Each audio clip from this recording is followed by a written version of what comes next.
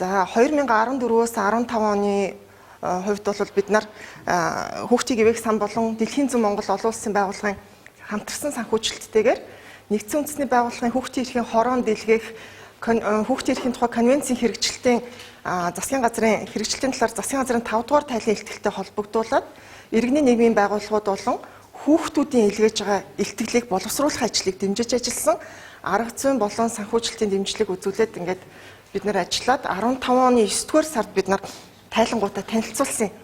За тайлангуудаа танилцуулах уулзалт маань 9 дугаар сард болсон. Тэрэнд болохоор засгийн газрын байгууллагуудыг бид нар түлхүү урьж танилцуулсан. Яагаад гэвэл засгийн газар маань юу хийж чадсан, юу хийж чадаагүй вэ?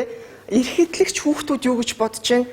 Хүүхдийн асуудлаар ажилладаг төрийн бус байгууллагууд юу гэж үзэж байна? Судлаачид юу гэж үзэж байна гэдгийг илүүтэй төрийн байгууллагууд, олон улсын байгууллагууд, элчин сайдын яамдууд, за иргэний нийгмийн төлөөлөл нөгөө гишүүн байгууллагуудынхаа төлөөллийг оролцуулаад ингээд танилцуулсан байдаг.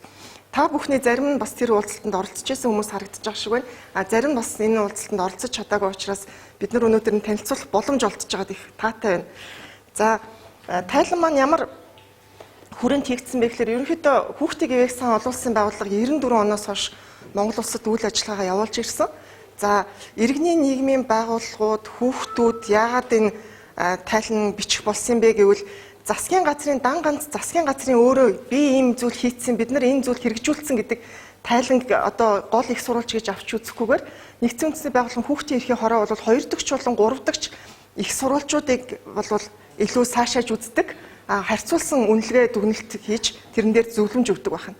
Тэгэхээр хүүхдийн эвэг сан маань 2005-6 онуудад хамгийн анхны төрийн бас байгууллагуудын илтгэлийг дэмжиж ажилласан байдаг. За үүний дараа 2009-2010 онуудад иргэний нийгмийн байгууллагууд болон Монголын хүүхдийн анхны тайланг бол дэмжиж ажилласан байдаг. За энэ тайлангуудын араас бол одоогийн энэ өнгөрөгч засгийн газрын хийх ёстой ажлын зөвлөмжүүд гарсан байдаг. Төрийн бас байгууллагууд болон хүүхдүүдийн тайлангаас гаргасан санал зөвлөмж бол нэлээд тусаж бид нар боловсролын тухай хуулинд нэмэлт өөрчлөлт оруулж чадсан гэх мэт олон үр дүнг дурдж болдог.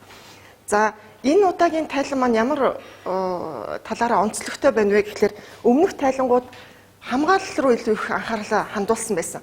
Өөрөөр хэлбэл нөгөө хүүхдийн эрхийн тухай конвенцийн үндсэн 8 бүлэг дотроос хамгааллын асуудал бол Монгол улсад хамгийн ихээр тулгамдсан байсан байна гэдгийг бид нар харж болж байна. 2005-6 оны илтгэл, мөн 9-10 оны илтгэл бол цэвэр яг хамгааллын чиглэлээр бичигдсэн тайлангууд байдаг. Хүүхдийн тайлан ч гэсэн мөн адил хүүхэд хамгаалагдж гэнэ үү гэдэг өнцгөөс бичигдсэн тайлан байсан. За энэ удаагийн тайлангийн нэг онцлог бол бид нар 8 чиглэлээрээ бүгдээрэн дээр нь түлхүү анхаарлаа хандуулсан. Энэ тайланг бол өмнөх жилүүдэд бичихтэй дандаа Улаанбаатар хотод ажилласан.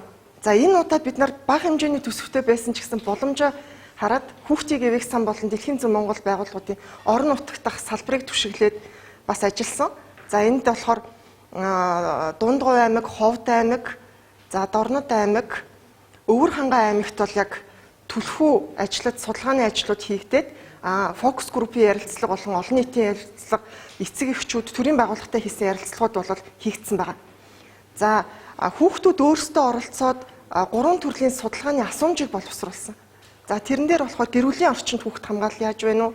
Дотор байрны орчинд, за сургуулийн орчинд хүүхд хамгаалал ямар байна вэ гэдэг дээр хүүхдүүд өөрсдөө асуулга зохиогоод за тэр асуулга зохиосон үндэс нь юу байсан бэ гэхээр нэгдсэн үндэсний байгууллагын хүүхдийн сангаас гаргасан манай сургууль дээр хүүхдийн эрхийн температур гэдэг үнэлгээ зүйл байдаг. За тэр хүүхдийн асуулган дээр үндэслээд хүүхдүүд маань асуулга зохиосон байдаг. За тэгээд энэ асуулгыг бол 10 аймагт авсан. Хөвсгөл аймаг, за Баян Улгийн аймаг, Хинтийн аймаг, Сэлэнг аймаг гэдэг нийтдээ 10 аймагаас яг хүүхдүүдээс авсан судалгаа байгаа.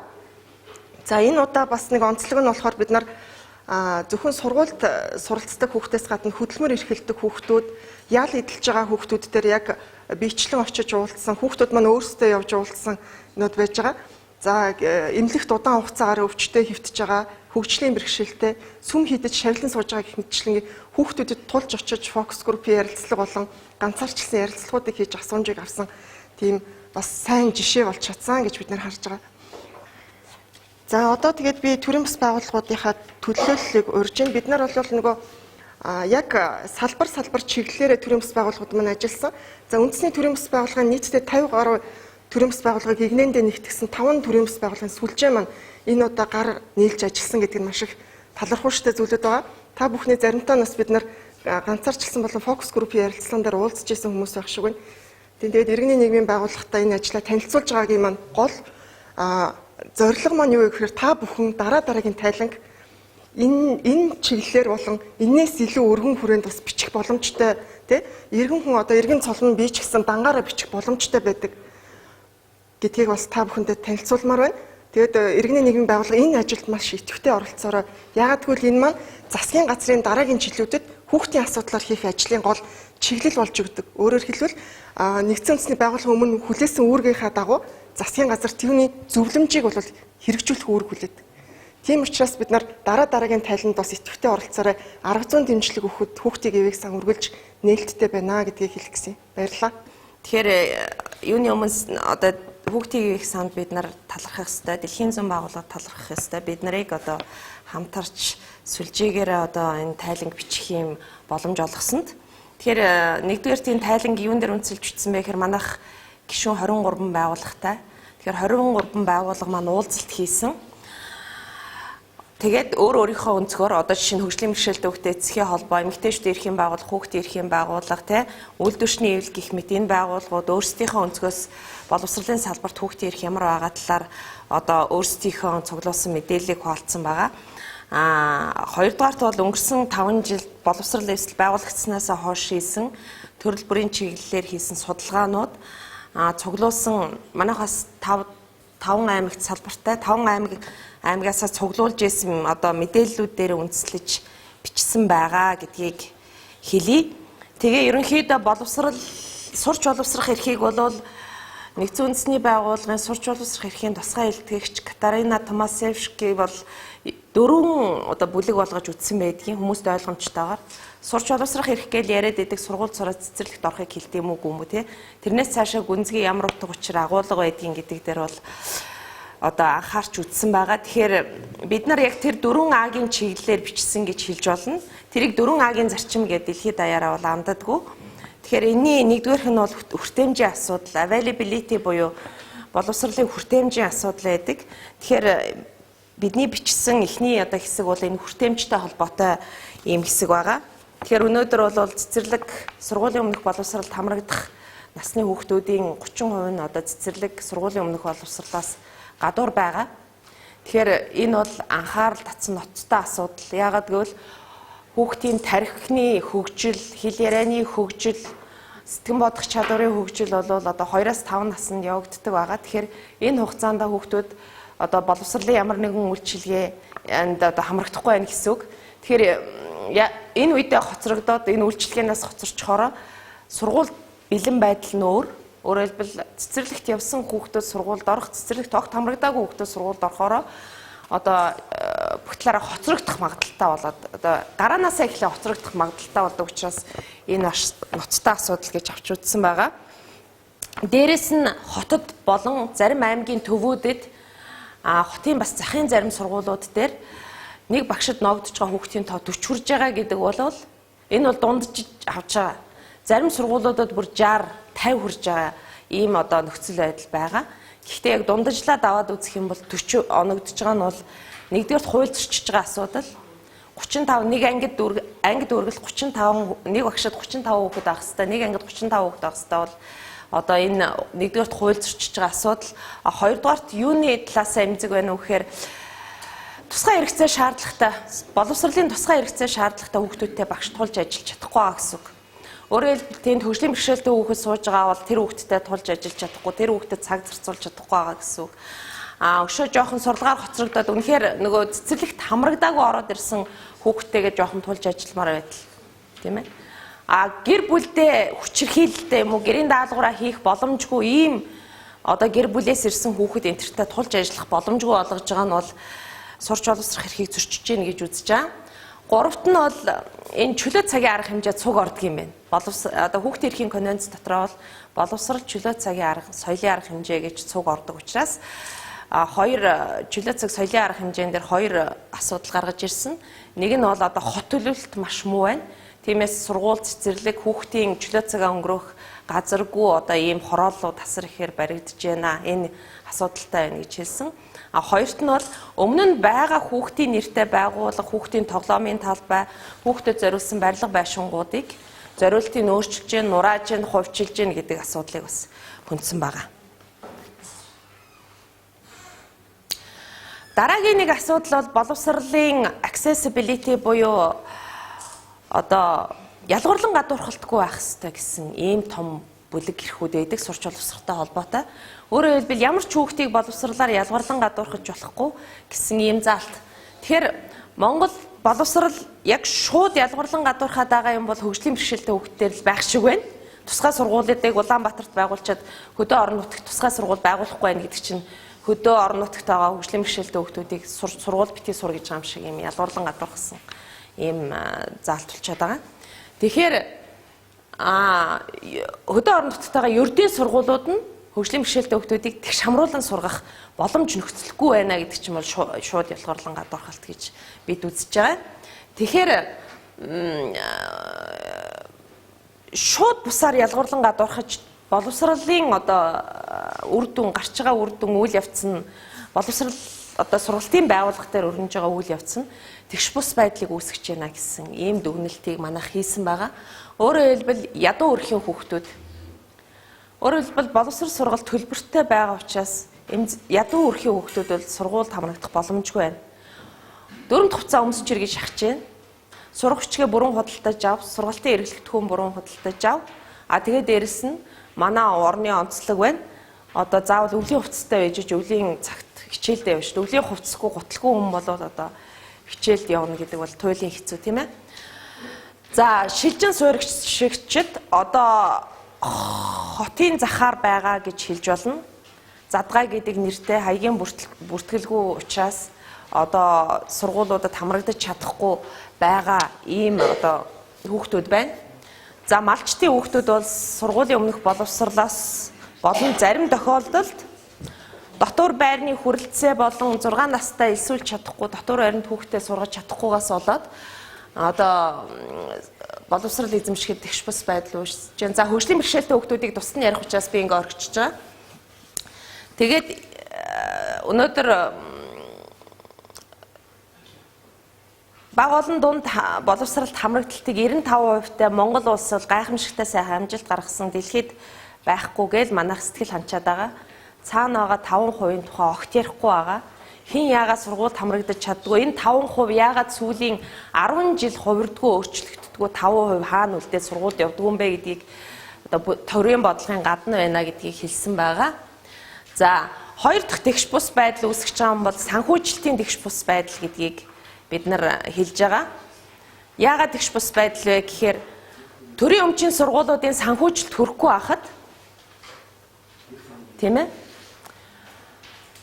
төсөв нь хүрэхгүй байхад сургууль ангиа засах мөнгийг эцэгхээс хурааж байж өнөөдөр өндөр төлбөртэй хувийн сургуулиудад улсын төсвөөс хуваарлж байгаа нь тэгш бус байдлыг гүнзгийрүүлж ийн гэж хэлж байгаа. За зарим бид нар бол хувийн сургуулиудыг судалгаа хийж үзээд 3 англи яг бүдүүн баргаар 3 ангилж үзсэн. 5 сая хүртэлх төлбөртэй нэг хүний санаачлага, нэг Ахмад багш юм уу тийм ээ. Энэ санаачлагаар байгуулагдсан. Тэгээд нэг хичээлээр илүү сонгон суралцуулах чиглэлтэй. Тэгээд тэр нь байр байшингүй багш боловсон хүчнээр тутмаг ийм одоо дэмжигнэж байгаа сургуулиуд гэсэн. Них олонд илүү танигдаагүй тэр багшийг таньдаг хүмүүс л хүүхдээ авчиж өгдөг ч юм уу. Гэр нь ойр байгаа хүмүүс хүүхдээ өгдөг. 5-аас дээшээ 10 саяын төлбөртэй дунд зэргийн сургуулиуд байна.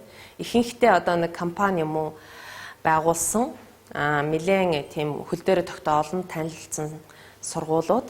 Чанарын хувьд бол бас чанар орчингийн хувьд тийм боломжийн.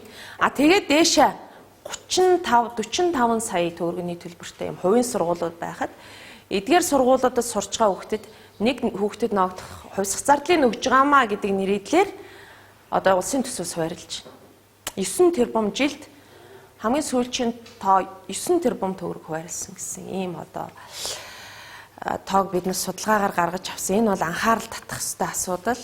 Тэгээд энэ тайлан бичснээс хойш аль хэдийн нөлөөлөл үр дүн гарч байгаа. Саяхан боловсролын яам бол боловсролын яамш засгийн газар тогтоол гаргасан. Тэр хувьсах зардлыг нөгөө сургалтын төлбөртэй нь уялдуулаад багасгаж тогтоосон. Бүр байхгүй болго гэдэг бид нар бол битгий өг те гэдэг зөвлөмж гаргачаад байгаа. Гэхдээ аажмаар бууруулъя гэдэг ийм бодлогын хувилбар олоод тэд нар ямар ч байсан тэр өндөр төлбөртөөнүүдэд маш бага одоо өгч байгаас бага одоо хувьсах зардал өгөх ийм тогтоол гарцсан байна лээ. За төрийн өмчийн сурч боловсрох эрхийн өшөөний чухал элемент бол үн төлбөргүй байх тухай асуудал. Өөрөөр хэлбэл бага боловсрал үн төлбөргүй байх ёстой. Тэгээд дээшээ аль болох үн төлбөргүй болгох ёстой гэдэг ийм хүний эрхийн зарчим байдаг. Аль болох улс орныхаа эдийн засгийн чадхаас шалтгаалаад дунд боловсралаа үнэгүй, ерөнхий боловсралаа үнэгүй, тэгээд дээд боловсрал хүртэл үнэгүй байх ёстой гэдэг бол хүний эрхийн зарчим. Тэгээд зарим намуудын мөрийн хөтөлбөрийг харсан чинь дээд боловсралыг үн төлбөргүй болгох чиглэл рүү ажиллана энэ төр гэсэн байлээ. Тэгээ бүүмэд тэгэхээр төрийн өмчийн сургууль буюу одоо энэ заавал эзэмших шатны 9-р анги хүртэлх боловсрал бол үн төлбөргүй байх ёстой байтал үн төлбөртэй байна. Өөрөөр хэлбэл хүүхдээ сургахад дотор байранд суулгахад гэр бүлүүдээс нэмэлт зардал шаардагдж байна гэдгийг хэлсэн. Энэ цаашаа сурч боловсрох эрхээ эдлэхэд зарим хүүхдүүдэд одоо саад болно. Ялангуяа сүүлийн засгийн газрын энэ авьяас хөтөлбөр, ном хөтөлбөр гэдэг бол гэр бүл дээр ачаал өгч байна гэдгийг бол манай одоо цуглуулсан мэдээллээс гарч ирсэн. Хүүхэд яг бүгдээрээ авьяасаа хөгжүүлээд урлаг уран сайхан болоод дуулж хурдаад ах нь бол сайхан юм. Гэхдээ одоо хувцсны мөнгө хэрэглэгдэхүүн одоо тэр хөгжмийн зэмсгийг сургууль төсөв байхгүй учраас та нар худалдаж ав гэсэн ийм дарамт ирсэн гэдэг ийм мэдээлэл ирсэн. За гурав дахь нь бол боловсролын чанарын тухай асуудал. Энэ нь бол сурч боловсрох эрхийн нөгөө 4А-гийн юу вэ гэхээр энэ боловсрал сургалтын үйл явц гэдэг бол хөгжилтэй хөл нийлж явах ёстой, хоцрогдож шинжлэхдэггүй байх ёстой биш, заавал шинжлэгдэж явах ёстой. Тухайн үнийг дараагийн шатны боловсрал эзэмших болон ажил хөдөлмөр эрхлэлт нь хэрэг болох ууц юм чанартай боловсрал байх ёстой гэсэн ийм асуудал байгаа. Тэгээд тухайн одоо боловсрал нь бол хүүхдийг ямар нэгэн байдлаар хүчирхийл дарамт өртүүлэхгүй байх ёстой гэсэн ийм утга агуулгатай байдаг. Тэгтэл боловсролын салбарт өнөөдөр багш нарын зүгээс, томчуудын зүгээс үзүүлдэг бие махбодын шийтгэл хэвээрээ байна. Энэ хувь бол удаа дараагийн судалгаануудаар хүүхдийн ивэх сан, боловсролын их сургууль, хүний эрхийн үндэсний комисс, боловсролын яамны хийсэн судалгаанууд байдаг. 7-9 хамгийн сүүлчийнх нь 9 оны 11 оны судалгаануудаар бол энэ бие махбодын шийтгэл үзүүлж байгаа байдал ерөөсөө буурахгүй байгаа. Хүүхдүүдийн 70% нь л намайг багш одоо шийтгэл үзүүлдэгэ гэдэл бие махбод сэтгэл санааны шийтгэл үзүүлдэгэ гэж хэлээд байгаамаа. Тэгээ бусад хүмүүсийнх дээр бас байгаа учраас би энийг товчхон орхичээ. Багшийн ёс зүй харилцааны асуудал бол маш их анхаарал татж байгаа. Хүүхдийг ялгарлан гадуурхдаг, элдвэр доромжилдаг, тийм ээ? Өмч хөрөнгөөр нь ялгарладаг, эцэг хийх нь ажил хөдөлмөрөөр ялгарладаг юм. Манай хүүхдүүд энэ дээр илүү дэлгэрэнгүй ярина. Багшийн ёс зүй асуудал, мөнгө хураадаг, тийм ээ? Янз бүрийн асуудлууд байгаа. За, өшөөнийг чанарын асуудал бол энэ хөдөөгийн малчтын хүүхдүүд буюу сургуулийн өмнөх боловсрол эзэмшиж чадахгүй байгаа хүүхдүүдийг хувилбарт сургалтаар одоо эзэмшүүлж байгаа, гэр цэцэрлэгээр эзэмшүүлж байгаа, нүүдлийн багш ажилуулж байгаа гэж боловсролын яам гадагшаа бол их сайхан бахархалтай мэдээлдэг. Гэхдээ тэр нь чанаргүй. Хүртээмж нь байгаа. Хүүхдүүдийг хамруулж байгаа. Гэхдээ тэрний чанар бол одоо ердийн цэцэрлэг одоо сурж байгаа хүүхдийн сургалтын чанараас бол доогуур байгаа. Тэр нь бол олон шалтгаантай. Тэтгэврт гарсан багш ажилуулдаг, мэргэжлийн бус багш ажилуулдаг. Одоо хичээлэх цаг нь богино байдаг. Хөтөлбөр төлөвлөгөө нь гүйцэд биш. Сурах хичээг сургалтын эргэлтгүүн байхгүй ч гэдэг юм уу. Их олон шалтгаантайгаар чанар нь муу байгаа. Тэгээд дараагийн нэг том асуудал бол бид нар 6 настай хүүхдүүдийн асуудлыг оруулж ирсэн байгаа. Дотор байр нь биеэ даан амьдарч мэдээж чадахгүй. Эцэг эхийн хайр халамжаас холуур байх ёстой юм уугүй юм уу энэ хүүхдүүд Тэгээд энэ 6 настай хүүхдүүдийн асуудлыг дагаад хөдөө орон нутагт нийгмийн хүнд асуудлууд үүсэж байна. Гэр бүл салалт, гэр бүлийн залуу хосууд тусдаа амьдрах, салах, тэгээд нөгөө эдийн засгийн зардал гарах. Мэдээж сумын төв дээр гэр бариад хөдөө нөхөр нь гэртээ, тийм ээ, энд бол цаашдаа асар их нийгмийн асуудал дагуулж байгаа гэдгийг хэлсэн. 6 настай оруулахгүй байгаа учраас нөгөө сургууль хамрагдалтын хувь буурч байгаа. Зүрхлэхгүй ш 6 настай хүүхдээ дотор байранд өгч зүрхлэхгүй байна тийм учраас 7 настай орох тэгээ тэр чигтээ завсардах гэх мэтлээ энэ бол боловсролын салбартаа хүртэл асар их муу нөлөөтэй. Би сая булганы өөр төслийнхээ ажлаар булганы 3 суманд явж үзлээ. 3 хонлоо. Нэг суман дээр нь бүр юу ахгүй учраас буудлаа ахгүй учраас дотор байранд амьдралаа. 6 настай хүүхэд нүд халтарн байна. Тэрийг би хэлэх ёстой. Хав халтар, тув туранхай, ямар ч хараа хяналтгүй, өрөвдмөр байна. Бид хүний хүүхдэд тэгж хандах ёсгүй. Бодлогоор, энэ ч төрийн бодлого явж байгаа шүү дээ, тийм. Би бүр нэг охиныг хараад бүр одоо миний бүр нүднээс гарахгүй байгаа байхгүй. Нүдэнд ингээл харагдал. Тэнд байрны багшид зарагдаал, шалны альчуур бариад, шүүр муур, хутгуур бариад явж байгаа. Тэр амтны хичээлийг хэн хэлж байгаа юм? Тэр амтны хувцсыг хэн угааж байгаа юм? Тэр амтныг хэн харж хандаж, хайрлж, инкрилж, өвчин зовлон тусч гин үү, сэтгэл санаа ямар байна гэж хэн сонирхож байгаа. Сургуулийн багш нар бол бид нар сонирхдаггүй гэдгийг хэлсэн. Яана уучлаарай, бид нар ерөөс сонирхдаггүй дотор байр руу нэрэ орж хардггүй юм биш тэгээ багш нарт гэж. Гэхдээ багш нар хайхрахгүй юм бол тэрийг тэгээ хийн. Тэнд бол нэрэ арай биш вэ. Гэхдээ 6 настай би нэг юм хатуу хэлэх ёстой. Боловсролын манай Монгол улс дэлхийн жишг төрн олон улсын стандарт гэж солиордог улсууд. Тэгээд энэ 6 настай болгосон. Гэтэл өнөөдөр боловсролын чанараараа нэгт гэж тооцогдож байгаа Финлянд хүүхдээ 7 настай 8 настай сургаад дэлхийд гайхамшигтай чанартай дэлхийд нөгөө монголчуудын дуртай өрсөлдөхүүц хүн бий болоод байна. Тэгэхээр тэр 6 нас 7 наснд ерөөс амаа байгаагүй. Тэгэхэд бид нар ингээд судалж үзэхгүй, өөрийн улсынхаа онцлогийг боддгоо, нүүдэлчин амьдралаа мэдтгүү хүмүүс шийдвэр гаргахаар хүний хүүхдээр тоглож байна. Гэр бүлийн амьдралаар тоглож байна. Тэгэхээр бид нар энэний талаар хэл. Тэгээд сая боловсролын хуулинд энэтэй холбоотой өөрчлөлт орсон. Гэхдээ нэг ийм өөрчлөлт. Тэр нь яг одоо сургуулийн зөвлөл нь хуралдаад эцэг нь би 6 настай хүүхдээ өгмөөргүй байх гэвэл хуралдаад за яг дараа жил ор гэж шийдвэр гаргах юм гинэ. Тэгээ тэр нь цаашаа тэр хүүхдэд ямар үр дагавартай болох вэ гэдэг талаар бол бас хэцүү. За тэгээд мэдээж хүүхдийн эрх хэрхэм чанарын тухай ойлголт бол хөдөө орон нутагт алга. Самбар дээр байна. Айгүй гоё үгнүүд байна. Хүүхэд ийм эрхтэй ингэх ёстой гэдэг дүүрэн үг байна. Сургуулийн ханаар дүүрэн үг, гадаа самбраар нь дүүрэн үг.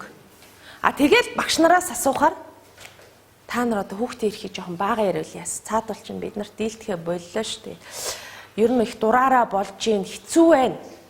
Эрхийг ярмааргүй байна. Үүргийн жоохон ярь та. Гэдэг юм хот хөдөөгүй хэлж гин. Тэгэхээр энэ хүүхдийн эрхийн тухай ойлголт тэгээд энэ багшилтгчаа сургалтын хөтөлбөр тусаагүй учраас тэгээд сургуулийн удирдлагыг тэгж ааш та нар энэ одоо асуудлаараа хүүхдийн саналыг авсан юм үхээр юу хүүхдийн саналыг авчаад тий авдаггүй шүү авах за хэрэгтэй ингээд сургалтын дараа авах ёстой юм байна тийм байна зарим нийгмийн хүүхдээс асуух ёстой юм бэ гэж сургуулийн удирдлага хэлж байгаа байхгүй тэгэхээр хүүхдийн оролцоо хүүхдийн дуу хоолойны талаар бол хэлэх юм алга 3 дугаарт эцгийн оролцоо бол үнэхээр сул байна эцгийн бол сумын төвд багшаас айд юм байна суманд багш хамгийн боловсралтай, хамгийн өндөр цалинтай, байнгын ажлын байртай тэнд бол даам гарцсан нөхдүүд байт. Тэнгүүд эцэг эхчүүд бүгдээрээ багш нараас айд юм байна. Юу хүүхдийнхаа боловсролын талаар, эрхийн талаар шаардлага тавих тийм асуудал алга. За. Тэгээ бид нар зөвлөмжүүд өгсөн байгаа та нарт өөрсөнд чинь тараагаад өгсөн учраас та нар энэ зөвлөмжийг өөрсдөө уншиж харна биз? Тийм ээ? Асуудлаараа зөвлөмж гаргацсан байгаа. За тэгээд сая бид нар дахиад нэмэлт мэдээлэл өгсөн байгаа. Бид нар дотор байрныхаа асуудлыг орхичихсан байгаагаа харсан. Нөгөө олон сүлжээнүүдийн дунд хаягдаад үлдчихсэн юм бол дотор байрны асуудал байгаа. Тэгэхээр дотор байрны асуудал бол анхаарал татчихин тэнд хараа хяналтгүй байна. Хаалга үүдэн задгай. нэг ч том хүн байхгүй. Нэг хүүхэд нь цонхон дээрээ гарцсан зогсож байгаа тэр юунд болж байгаа клубт болж байгаа концерт уулзалтыг үзэж байгаа гинэ. Цонхон дээрээ гараа зогсож.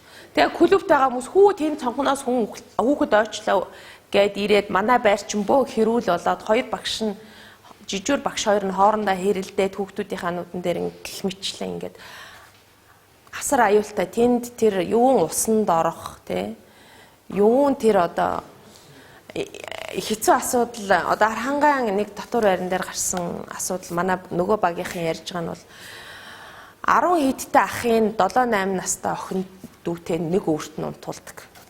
Тэр байр нь ямар ч хүүсийн ялгаа байхгүй.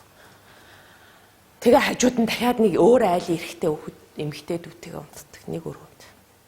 Бүр тэнд бүр гачин юм байна таминэ. Энэ дотор байр гэдэгт анхаарал тавьд энэ хүүхд хамгааллын сүлжээнийхэн судалгаа хийгээд бас ингэ яваад байсан учиртай юм байна. Би одоо бүр өөрийн нүдээр харахаас нааш өмшдгүү гэдэг шиг. Тэнд бол одоо хүүхд хамгааллын тухай асуудал алгаа. Тэгээд нойлны хүүсийн ялгаагүй, усанд орох газаргүй, бүр нүрээ угаахч газаргүй. Аюу гой угаалтурны тэгээд тавьсан тэрийг ашиглуулдаггүй. Нөө шалгалт ирэхээр мэрэгжлийн яналт ирэхээр үзүүлдэг. Хүүхдүүд нь гадаанаагаараа шангаар усыг ял нүрээ угаагаал, хувцас угаагаал тэрнгээр ерөөсөө нэг замбраагүй юм болж байна тийм. Ингэж байгаа. Охтууд нь модон жорлон дотор ороо бийцэж яхад нь хөвгүүд нь гаднаас нь шээгээл. Игнэж ингэж тойрцогсож байгаа шээгээл утчих. Би шээгээд гэж яана бичлэг хийж яхад. Жохон сони юм ярьцаа. Тэгээ өшөөний хэлсэн юм өшөөний хэлэх ёстой юм гэвэл тэгээ энэ дотор байрны талаар засгийн газрын тайланг аваад үзсэн чинь бусад олон улсын байгууллагууд, төрийн бус байгууллагуудын хийсэн юмыг өөрснөө хийсэн юм шиг тайлгнацсан байна. Энийгээ болооч гэдэг юмыг бас хэлэх ёстой гэж бодож байна. Тэгээд хувийн сургууль дээрээ бид нар бас нэмэлт судалгаа хийсэн сая нийслэлийн боловсролын газрыг одоо бид нар шахсны үндсэн дээр төрийн бус өмчин сургуулиудаа нийслэлийн боловсролын газраас шалгалт хийсэн байна, ажлын хэсгүүд гаргаад тэр шалгалтаас гарсан мэдээллүүдийг үндэслээд хувийн сургуулиуд дээр зөвхөн тэр санхүүжилтийн тэгш бус байдал тэнд сурч байгаа хүүхдийн эрх зөрчигдөж байна. Орох ёстой хичээлүүд хөтөлбөр стандарт мөрдөгдөхгүй байна. Тэ?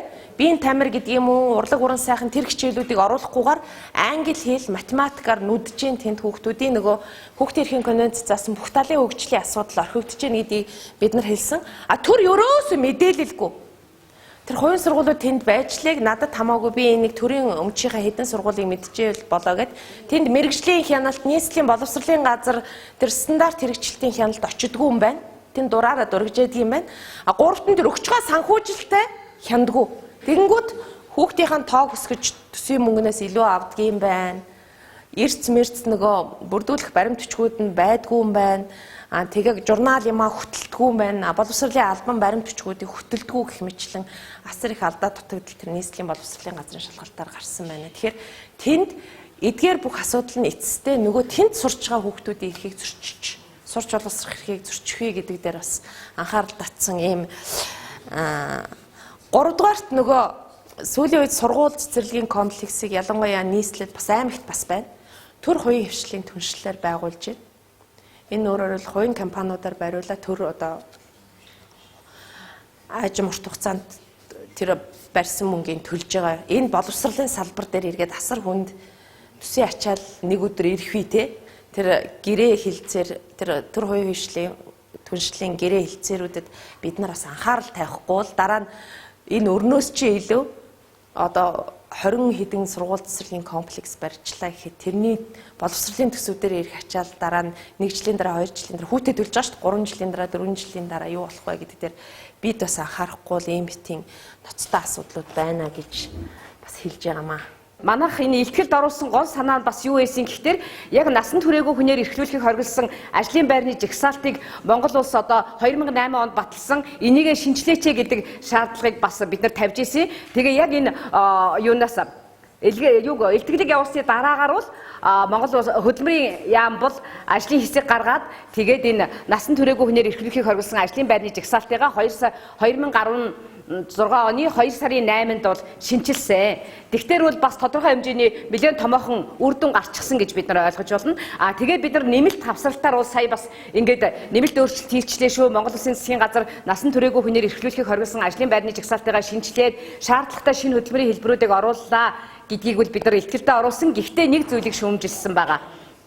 Юуг шүүмжилсэн бэ гэхээр бид нар 2 сарын 8-нд одоо хөдөлмөрийн сайдын тушаалаар насан туршаагүй хүнээр эрхлүүлэхийг хориглосон ажлын байрны жагсаалтыг шинжилээд энэ дотроо бас иргэд олон нийтийн нэлээд хүлээлттэй байсан өвлийн морин уралдаанд насан туршаагүй хүүхдээр морин унуулахыг хориглоё гэдэг заалтыг одоо их чухал заалтыг оруулсан боловч одоо энэ хөдөлмөрийн сайдынхаа гаргасан одоо тушаал захирамжийг Монгол улс биелүүлэхгүй байна. Зэрэгцүүлээд засгийн газрынхаа шийдвэрийг давж гаргаад ингээд хаврын морин уралдаанаа зарлаад энэ өвөл бол одоо хөдөлмөрийн сайдын тушаал бол үнэндээ бол хүчингүй байлаа. Хөдөлмөрийн сайд бол тушаал гарсан өдрөөс эхлээд энэ тушаал хүчинтэй байдаг. Гэтэл бол энийг одоо хүндтгсэнгүй засгийн газар нь одоо энийгээ давсан шийдвэр гаргалаа гэдэг энэ тал дээр бол бид нар шүүмж өгсөн байгаа. Тэгээд энэ жагсаалтыг бол мэдээ сурталчлах ажлууд бол мэдээ сайн хийгдэж байгаа. Дээрэс нь бас нэг жоохон шүүмжлэлтэй ханддаг юм ихтэй засгийн газар өөрөө энэ шаардлагатай хүүхдийн эрхийнхээ хамгаалсан хүүхдийн төлөө хийж байгаа юмнуудыг өөрсдөө санаачлаад өөрсдийнхөө хөрөнгө мөнгөөр хийх ажил үнэхээр дутагдaltaй байгаа. Яг одоо энэ жагсаалтыг шинжилэхэд бас олон улсын хөтөлбөрийн байгууллагаас хөрөнгө санхүү гарсан хөдөлмөрийн яамд одоо танах энийгээ шинжилээч гэдэг ингээд ийм мөнгө өгөө, ийм ажлын хэсэг гаргаад одоо ингээд энийгээ ажилуулаач гэдэг ийм л нэг шахалт шаардлага дэмжлэгтэйгээр хийнэ үхээс биш засгийн газар өөрсдөө санаачлаад бас зайлшгүй шаардлагатай байх зүйлүүдийг бол ингээд өөрчлөөд нэмээд шинжилээд явах ажил бол үнэхээр бас жоохон дутагдaltaй байна гэдэг зүйлийг хэлсэн. За дээр нь бас нэг зүйлийг би юунд оруулсан, зөвлөмжөнд оруулсан боловч нөгөө зөвлөмжийн минь бас нөгөө багтаамж юм цаанаасаа бас хязгаарлалтмал байдаг учраас ороогүй. Тэгээ энийг бас та нарт хэлхийг хүсэж байгаа юм. Ер нь одоо ялангуяа одоо сүүлийн үед хүүхдийн төлөө үндэсний газар ч гэдэг юм уу өөр энэ мэрэгсэн байгууллагууд дээр ямар ч мэрэгжлгүй энэ чиглэлээр ажиллаж байгаагүй туршлагагүй тийм хүмүүсийг даргаар нь тавьчихдаг. Тэгэл тэр хүмүүс маань асуудлаа ойлгох гээд юм уу ингэж явсараа л 4 жил нь 2 жил нь болдог. Ялангуяа хүүхдийн байгууллагын ажлыг хэн ч хийж болно гэж харддаг. Зах дээр 8 хийжсэн хүн ч очиод л хүүхдийн байгууллагын дарга болчихдог. Нэг одоо чухал хэлцээний дарга нь болчихдог. Тэгээд нөгөө хүүхдийн асуудал гэдэг чинь цаанаасаа бас тодорхой хэмжээний мэдлэг, мэрэгжил, туршлага, арга зүй хэрэгтэй чухал одоо салбар байна. Монгол улсын ирээдүйг бэлтгэж байгаа салбар байна гэдгийг төдийлөн анхаардаггүй явдал нь бол их дутагдaltaй байна гэдэг ийм саналыг бид нар одоо оруулсан. Гэхдээ энэ нь бол олон улсын энэ илтгэлдээ орж явж чадаагүй ч гэсэн бид нар бас энэ хүрээндээ ойлгож мэдэж энэ чиглэлээр бас дуурч энэ чиглэлээр бас шахалт үзүүлж явах хэрэгтэй байна гэж ингэж ойлгож байгаа. За дээр нь би ганцхан юм тайлбарлачих. Түрүүний би нөгөө юун дээр танилцуулган дээр хийж чадаагүй юм. Монгол улсад хүүхдийн хөдөлмөрийг тооцох аргачлал гэж би 2009 онд багтлагдсан. Энэ дээр ямар аргачлалаар тооцд юм бэ гэдгийг би нэг хурдгаа хэлчихье тийм ээ. За энэ дээр ямар аргачлалаар тооцох гэхээр ерөөсөө 5-аас 11 насны хүүхэд эдийн засгийн үйл ажиллагаанд татагдан орж явах юм бол энийг ерөөсөө болохгүй. Энэ бол хүүхдийн хөдөлмөр гэж үзнэ. Хүүхдийн ажил биш энэ. Хүүхэд гэртээ хувцас угааж байгаа ажил энэ биш. 5-аас 10. Тэгэхээр хүмүүс боддог 5 настай хүүхэд ямар хөдөлмөр эхэлдэг юм гээл. 5 настай хүүхэд дуулаа зогсож чинь мөнгө олох гээд хайрцаг урдаа тавьчаа сууж чинь ээжигээ дагаад одоо худалдаа 8 эрхлээд юмнаас нь өргөлцөө дүүрэлцээд явж чинь. Тэгэхээр 5-аас 11 настай хүүхдүүд ерөөхдөө хөдөлмөр эхэлж явах юм бол ямар нэгэн эдийн засгийн үйл ажиллагаанд татагдан ороод мөнгө олох гээд явж байгаа юм бол энийг бид нар хүүхдийн хөдөлмөр гэж харна. Энийг болохгүй гэж харна. 11-ээс 14 насны хүүхэд 5-аас 11 гэсэн чинь 12-оос 14 насны хүүхэд өдөртөө 2 цагаас дээш хугацаагаар хөдөлмөрлөөд зах дээр удаан цагаар зогсоод 2-оос дээш цагаар зогсоод ингээд явж явах юм бол бас албан ёсны одоо шалгуураараа бол энэ хүүхд хөдөлмөр эхлээд байгаа юм байна шүү гэж бид нар харна. Тэгвэл 15-аас 17 насны хүүхэд нь болох төр бас хөдөлмөрлөх хэрэгтэй шүү дээ. Эднэрт эрхэн үүссэн байгаа тийм үү. Тэгвэл 7 хоногт 43 цагаас дээш хэмжээгээр ажилласан байх юм бол гэдэг чинь 7 хоногт өдөртөө 6 цагаас дээш хэмжээгээр ажиллаад байх юм бол энэ хүүхэд сурч боловсрохтой энэ цагийг зарцуулах хэрэгтэй энэ хүүхд хөдөлмөрлөд байна гэж харна. Тэгэхээр энэ нь бол нөгөө албан ёсны хөдөлмөрийн байцаагчид яваад шалгаж явахдаа энэ аргачлалыг харддаг юм байна. Тэгэхээр бид нар бас энийг мэдчих хэрэгтэй тийм ээ. Тэгээд энэ аргачлалыг одоо харамсалтай нь яг энэ чиглэлээр ажилладаг мэрэгжлийн байгууллагууд маань ч гэсэн төдийлөн сайн анзаарахгүй энэ чиглэлийн хяналт шалгалтаа төдийлөн хийхгүй байгаад бид нар нэлээд шүүмжлэлтэй хандж байгаа. Гэхдээ жилээс жилд юм бас сайжирч байна. Саяхан одоо энэ он бол нэлээд их амжилттай өнгөрсөн жил энэ 2016 15 он маань нэлээд амжилттай жилүүд болсон. Хүүхдийн хөдөлмөрийг урд нь ямар одоо шийтгэл ямар одоо хариуцлага тооцогдох нь тодорхойгүй байсан бол зөрчлийн тухай хуулинд хүүхдийн хөдөлмөрийн эрхийн тухай хуулинд хүүхд хамгааллын тухай хуулинд нэлээд тодорхой олгоод өгсөн. Хүүхдийг төвчшгүй хөдөлмөр эрхлүүлж явах юм бол тодорхой хэмжээний мөнгөн нэлээд өндөр дүнтэй торгуул оногдуулахаас гадна 1 жил хүртэл хугацаагаар 20 хял оногдуулах ийм одоо өөрчлөлт хийсэн байгаа. Тэгэхээр энэ өөрчлөлтийг бид нар иргэд олон нийт нэлээд сайн мэддэг, энэ чиглэлд хүмүүсийг шахдаг, мэрэгжлийн хүмүүст одоо энэ хүүхд хөдөлмөр эхэлж явах юм бол мэдээлдэг, хийдэг ийм боломжуудыг бид нар нэлээд бүрдүүлээд авах юм бол цаашдаа Монгол улс маань хүүхдээ сурах хөдөлмөрт нь чиглүүлдэг, төвчгөө хөдөлмөр эхлүүлдэг, янз бүрийн эрсдлээс нь хамгаалах ийм боломжууд бол бас бүрдэх юм а гэж ингэж харж байгаа. Гэхдээ энэ бас цаг хугацаа хэрэгцээтэй байгаа хаа гэж бодож байна. За тэгээд ер нь зөвлөмжн дээр бид нар 2хан зүйлийг хэлсэн байгаа. Монгол улс засгийн газар хүүхдийн хөдөлмөртэй тэмцдэг хөтөлбөртэй болсон. Гэхдээ энэ хөтөлбөр маань 4 жилийн хугацаанд хэрэгжихдээ нэлээд одоо шаардлагын хэмжээнд хүрсэнгүй, маш муу хэрэгжлээ. Тэгээ энэ хөтөлбөрийн хэрэгжилтийг одоо дүгнээд Монгол Улсын засгийн газар цаашдаа хүүхдийн хөдөлмөрийн асуудлаар ямар бодлого баримталж явах юм бэ гэдгийг тодорхойлох цаг нь болсон байна. Энд засгийн газар санаачлагтай ажиллах байна, хэрэгтэй байна гэсэн ийм зүйлийг оруулсан. Тэгээд энэ оруулсан зүйлүүдээс маань бас нэг зүйл нь бол энэ хугацаанд биелэгдчихлээ, жагсаалтаа шинжилчлээ. Хоёр дахь нь бол өвлийн морин энэ дотроо өвлийн морин уралдааны тухай асуудлыг бол нүүбийн хүний хүүхдийн эрхийн хорооноос байнга зөвлөмж өгж ирсэн. Энэ зөвлөмжөнд бид нар нэлээд амжилт гаргалаа. Цаашдаа бол энэ хөтөлбөрөө үнэлэх, дүгнэх, цаашдаа Монгол Улсын засгийн газар хүүхдийн хөдөлмөрийн асуудал баримтлах энэ бодлого нь одоо их бодиттой байх тал дээр л бид нар илүү их одоо хүчин чармаалт гаргаж одоо ялангуяа иргэний нийгмийн байгууллагуудын дуу хоолой бол хүчтэй байх хэрэгтэй юм байна л гэж харж байгаа. Өөрийн 18 салбар бас хөгжлийн бэрхшээлтэй хүүхдүүдийн эцэг эхийн байгууллагууд хөгжлийн бэрхшээлтэй хүүхдүүдийн төлөө ажилладаг одоо 16-7 бусад байгууллагуудын ингэж хамарч өнгөрсөн жил энэ тайланг хамтарч бид нар бас бичсэн байгаа. Тэгээ бас энэ тайланг бичихэд бол зөвхөн биднээс гадна энэ хөгжлийн бэрхшээлтэй хүүхдийн асуудал бол одоо сая бүх нийт боловсролын төлөө гэлээ. Боловсролын асуудлууд ихэнх нь яг тэр боловсролын асуудлыг бичиж байгаа тэр сүлжээний одоо гол асуудал болоод ингээ явсан. Хүүхдүүд бас тусдаа тайлан бичсэн. Энэ дээр бас яг хүүхдийн асуудлууд ингээ тусгагдаад олон талаасаа бас ингэ тусгагдж явсан. За тэгээд энд хөгжлийн бэрхшээлтэй хүүхдийн хувьд бид нар олон асуудлуудыг тавьсан, ерөнхийлөн бас тавьсан асуудлууд байгаа. Тэгээд энэ дээр бид нар илүү одоо бас яг илүү гаргалгаатай энэ асуудлуудыг бол тодорхой одоо нөгөө яг зөвлөмж рүү нь бас оруулах одоо бодолтойгоор бол ингэж бас хэлж байна та бүхэнд. Тэгэхээр хөгжлийн бэрхшээлтэй хүүхэд тэдний гэр бүл бол төрийн хэмжээнд ер нь үл тоомсорлогдсон байдалтай байна. Ягаад тэгэхээр хөгжлийн бэрхшээлтэй хүүхэд маань өөрөө одоо үл үзэгдэгч, суралцагч юм уу эсвэл зүгээр үл үзэгдэгч хүүхэд юм шиг байгаа. Энийгээ ч боловсролын яам жишээ нь сүүлийн 20 жил бол бид нар үнэхээр яг энд бол тусгайлан анхаарч чадаагүй гэдгээ бол хүлээн зөвшөөрч байгаа. Газрын дарга нь. Тэгэд энд бол гэр бүлийн гишүүд ялангуяа эцэг эхчүүд нь бол нийгмээс тусгаарлагдсан стресс бухимдалтай ийм орчинд хүүхдүүд ч гэсэн өөрсдөө бол ийм орчинд байж байна. Тэгэд халамж эрүүл мэндийн тогтолцоонд нь бол ийм зөвлөн туслах гэдэг үйлчилгээ байдаггүй, зөвлөх үйлчилгээ.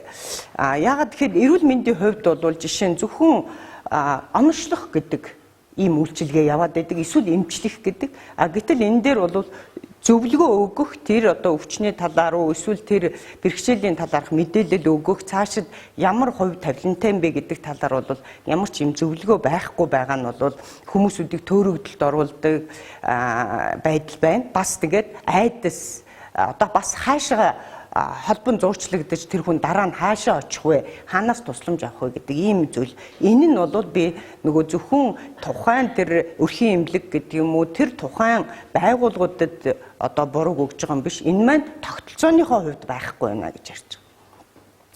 За эцэг хөгжлийн бэрхшээлтэй хүүхэдтэй болж гэдэг бол энэ бол маш их том одоо ийм одоо юу гэдэг одоо хүний амьдралд бол одоо аимшигтай мэдээлэлтэй. Тэгээ энийг одоо анх сонслоо гэд ингэхэд бол энэ голдуу өрхийн эмнэлэг эсвэл одоо 2 дахь 3 дахь шатны эмнэлгүүдэд ийм онш сонсдог.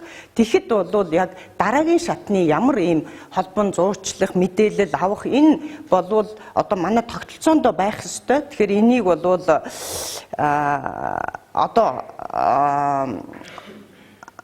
Одоо энэ бол бид нар 2015 онд бичсэн. Тэгээ одоогор бол бас нааштай бас зүйлүүд бол гарч байна л да. Жишээ нь Азийн хөгжлийн банкнаас бас нэг хөгжлийн бэрхшээлтэй иргэдийн чиглэлээр төсөл хэрэгжүүлэхээр одоо ингээд яг бичээд дуусах шатандаа явж байна. Тэгэхээр энд бол одоо бас яг энэ асуудал ороод явж байгаа. Тэгэхээр энэ нь бол ингээд одоо ингээд 1 жилийн хугацаанд гэхэд бол ингээд нааштай бас өөрчлөлтүүд бас гарч эхэлж байна. Энэ үед бол ер нь ямар ч шатанд бол яригдсан юмгүй юм байсан. За ер нь хандлагын хувьд манад бол хөгжлийн бэрхшээлтэй хүүхэд, хөгжлийн бэрхшээлтэй иргэдийн хувьд бол зөвхөн халамжлах эсвэл одоо энэ бол өвчин гэсэн ийм хандлага байдаг. Тэгэхээр энэ хандлага нь байхаараа бүх юмны суурь болоод энэ нь бол одоо зөвхөн хувь хүмүүс рүү бид нар хилээд байгаа юм биш. Энэ бол төр өөрөө ийм бодлоготой болчоороо төрийн авах нөгөө бодлого маань эсвэл халамжийн бодлого мөнгө тараачдаг. Эсвэл эн чинь өвчин учраас зүгээр эмчилчий гэдэг л бодлого. Эсвэл энэ нь нийгмийн хамгааллын яамны асуудал зөвхөн эсвэл эрүүл мэндийн яамны асуудал болгоод зүгээр орхичдаг ийм аюул байж байгаа учраас ийм аюул байна гэдгийг бол тийм учраас энэ маань ер нь хөгжлийн бэрхшээлийн асуудал бол нийт салбар дундын асуудал. Маш их олон салбарууд баярлагын тийм ээ ариадо телевиз одоо боловсрол эрүүл мэнд бүгд нийлжээж энэ хамтаараа шийдэгдэх ийм асуудал байж байгаа. Тэгэхээр энэ дээр энэ хандлагаа өөрчлөлт эхлэхэд бол энэ асуудлууд бас тодорхой хэмжээнд шийдэгдэнэ гэж бид нар үзэж байгаа. Тэгээд бид нар энэ асуудлуудыг гаргаж ирэхдээ нэлээ ер нь суур талаас нь бас авч үзхийг бодсон юм аа. За хүүхэд хамгааллын тогтолцоо энэ бол одоо нэмэлтээр зүгээр сая энэ 16 онд бид нар бас ингээд бас өөр дутуу орхигдсон юу байна гэд. Ягаад гэхээр энэ хүүхэд хамгааллын хувьд бол манай дээр одоо манай холбоонд байдаг хүүхэд маань гэртээ түгжигдээд ээж нь зүгээр дэлгүүр яваад ирэх хооронд тэр галын бас нэг ингээд подуулд амьдэрдэг. Тэгээ галын бас нэг юм болоод тэрнээсээ болоод 6 настай хүүхэд гэртээ энцэн тохиолдол гарсан. Тэгээ бас манай хөдөө орон нутагт байдаг 1-2 ч хүүхэд бас эндсэн эдэр ийм тохиолдлууд 1 жилийн дотор гарсан учраас энэ бас хамгааллын асуудал. Яагаад гэхээр хүүхдэд түгжээд 8 цаг явж байна. Хөгжлийн бэрхшээлтэй хүүхдэд. Тэгэхээр энэ бол үнэхээр хүүхдийн зөрчил. Тэгээд тэр хүүхдийг шээчин баачин гээд нэг ингээд бүгсэн биеинд нь юу ч өмсүүлэхгүй нэг юм нөмргсөн болоод доор нь хулдаастай ч юм уу ингэж орхих эдэр ийм байна. Тийм учраас энэ хамгаалал гэдэг бол тодорхой тогтолцоонд юм гарч байгаа ч гэлээ гэсэн яг хөгжлийн бэрхшээлтэй хүүхдийн хувьд аав энэ ээж нь манайд бол ихэнх тохиолдолд ганц бие ээжүүд өдр байдаг. Тэгээд амьдрахын эрхээр бол хүүхдээ орхиод төгжээд юм уу явах ийм асуудал маш их байгаа учраас энэ дээр бол тусгайлан төрийн хэмжээнд бол асуудал тавих зайлшгүй хэрэгтэй байна гэж. За бид нар бас нэмэлтээр оруулсан юм юу гэхээр энэ хүүхдийн тусгай хэрэгцээг хангахгүй байна. Энэ маань бид нар юун дээр тайлан дээрээ ч ерөнхийдөө дурдчихсан. Тэгээд тусгай хэрэгцээ гэдэг нь бол хөгжлийн бэрхшээлтэй хүүхэд бүрт өөр байдаг. Тэгэхээр энэ тусгай хэрэгцээг нь бол ялангуяа сурч боловсрох эрхээ эдлэгт нь бол хангаж чадаагүйгээс сурах, хөгжих эрх нь бол бүрэн зөрчигдсөн байдалтай байгаа. Энэ дээр бол юу байдаг вэ гэхээр одоо жишээ нь тэр явахыг орлуулах жишээ нь тэрэгцэрч байдаг юм уу? Муу сонсдог хүүхдэд энэ сонсголын аппарат харж сайн чадахгүй бол нүдний шил, хараагүй бол таяг тийм үү? Тэгээд орж энэ бол зөвхөн өөрт нь хувьд нь хэрэглэгдэх юм туслах хэрэглэгдэхүүнээс гадна тэр гадаад орчны бас таатай байдал бол энэ хөгжлийн бэрхшээл гуй болгоход бол хэрэгтэй байдаг. Тэгэхээр энэ маань бол зайлшгүй төрөөс одоо бид нар бол одоо хөгжлийн бэрхшээл гэдгийг бол олон улсад юу гэж харддаг вэ гэхээр хувь хүний хөгжлийн бэрхшээл дээр нэмэх нь нийгмээс учруулж байгаа саад бэрхшээл гэж. Тэгэхээр нийгмээс гэдэг маань энд одоо нөгөө сөрөг хандлага маань орж байгаа, дид бүтэц орно, харилцаа холбооны асуудлууд орно. Тэгээ дөрөвт нь бол нөгөө хууль эрх зүйн хувьд энэ таатай орчин энэ бүгд маань ингээ ороо явждаг. Тэгэхээр энэ хувьд бол энэ тусгай хэрэгцээг хангах гэдэг бол одоо манай сургуулиудад хөгжлийн бэрхшээлтэй хүүхэд яаж сурж яах гэхээр ерөнхий махан биений хамруулалт болоо явждаг. Энэ маань бол яадаг вэ гэхээр зүгээр нэг сандал бөглөөс энэ тусгай хэрэгцээг хангаад өгвөл үнэхээр нөгөө хүүхэд маань сурах бололцоо боломж нь хөгжих боломж нь бүрдэх юм байнамаа. Тэгэхээр энэ дээр бол зөвхөн ийм нэг хэрэглэгдэхүүнээр хангах биш, нэмэлт үйлчилгээ үзүүлэх, туслах багш, хөтөлбөр дээр нь нэмэлт өөрчлөлт оруулах, эсвэл зарим нэгэн тохиолдолд сургалтын хөтөлбөрийг хөнгөвчлсөн байдлаар тэр хүүхдэд заах гээд энэ бүгд болвол энэ тохируулагт хэрэглэгдэхүүн гэдэг дор ороо явдаг ийм зүйл байж байгаамаа. Тэгэхээр энэ бол яагаад одоо илүү их ингэж бас нэмэлтээр ярива гэхээр нодон бидний тайлан бичсэний дараа сая 2 сард хөгжлийн бэрхшээлтэй хүний эрхийн тухай хууль гэдэг маань батлагдлаа. Тэгэхээр энэ бол одоо бараг 3 жил энэ хөгжлийн бэрхшээлтэй иргэдийн байгууллагууд хүн ам нийгмийн хамгааллын яам ингэж хамтарч нэлээд эрч хүчтэй ажилласны хүчинд бол энэ хууль сая батлагдлаа. Тэгэд энэ хууль батлагдсан маань бас их олон одоо эрхүүдийг нь хангах боломж болцоог бол бүрдүүлж өгсөн. Энүүгээрээ бол энэ одоо 1 жилийн хооронд гарсан бас том ахиц дэвшил байгаа. Энэ дээр юу гэж заасан гэхээр яг энэ саяны нөгөө миний хэлсэн энэ туслах хэрэглэгдэхүүн, энэ тохируулагт хэрэглэгдэхүүнээр хангаж өгөөгүй бол энэ бол эрхийн зөрчил юм гэдээ ингээд заагаад өгсөн байж байгаа. Тэгэхээр одоо дараагийн асуудал бол энэ тохируулагт хэрэглэгдэхүүн гэдэг нь юу юм? Энийг яаж тухайн бэрхшээл болгонд тохируулан одоо энэ тохируулагт хэрэглэгдэхүүн гэдгийн тусгай хэрэгцээнд нь нийцүүлэн одоо тэр хүнийг хөгжүүлэх, сургахад хэрэглэх вэ гэдгийг нь бол одоо гаргах дүрм журмууд хэрэгтэй байж байгаа. За дараагийн нэг том асуудал бол бид нар нийгмийн харилцаанд орох бидний хүүхдүүд энд бол нийтийн тээврийн асуудал. Нийтийн энэ тээврийн асуудал бол маш одоо хүндрэлтэй байдаг. Тэгэхээр буудлыг зарлахгүй, тийм ээ? Одоо чинь хараагүй хүн бол явж байхад бол тэнд ямар буудал дээр дандаа хүнээс асуух юм уу ийм байдалтай байх. За урсдаг байдлаар одоо нөгөө буудлаа юм уу дараагийн буудлыг бол хилдэггүй. Энэ бол сонсголгүй хүмүүсүүд маань одоо дуугаар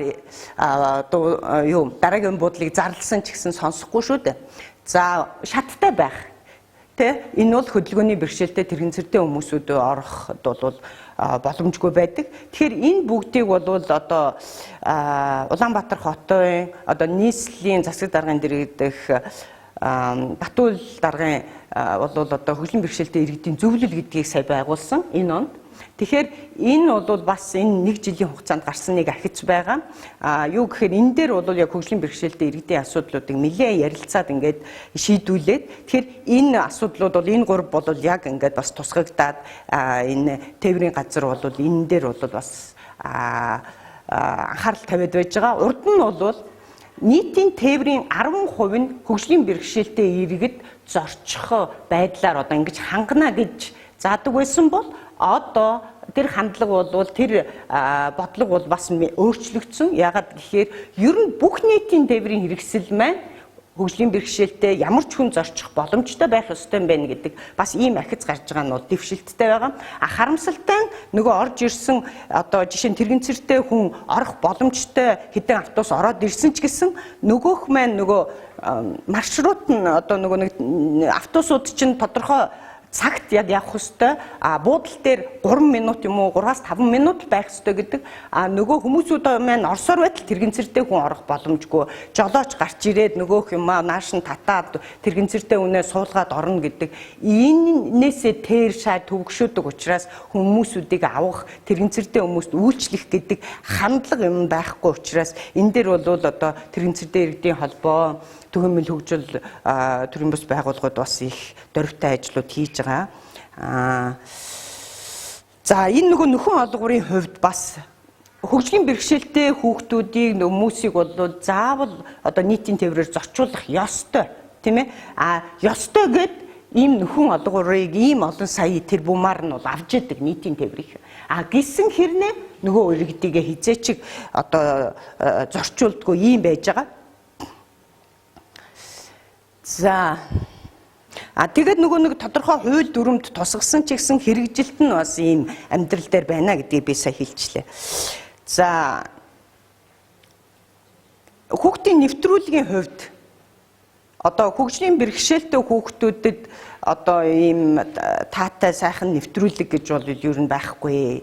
Тэр хөгжлийн бэрхшээлийнх нь төрлүүдэд таарсан байдлаар 61 телевиз байдаг байна. Тэгэхээр ер нь хөгжлийн бэрхшээлтэй хүнд одоо яг мэдээлэл авах бүх хөгжлийн бэрхшээлтэй хүн мэдээлэл авах боломжийг бүрдүүлсэн гэвэл одоо Монголын олон нийтийн үндэсний телевизийн нэг 40 минутын цагийн хүрд гэж байдаг шүү дээ. Тэрүүгээр явуулдаг байсан нэг жилийн өмнө.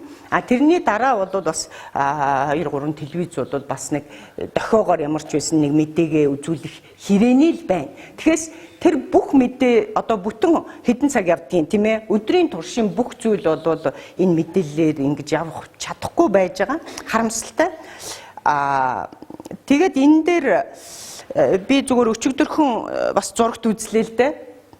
Одоо нэг Univision-гийн 1-р суваг дээр гардаг Монголын олон нийтийн үндэсний телевиз. Тэрний өглөө хөтөлбөрөөр гарч ийн. Сайн хүүхэд гэж хэнийг хэлэх вэ гэд. Тэгсэн чинь ингээд нэг юм 2 кукэлдэ шиг юм ингэж юмны араас ингэчээд энүүгээр нэг 10-аад хүүхэд сууж байна.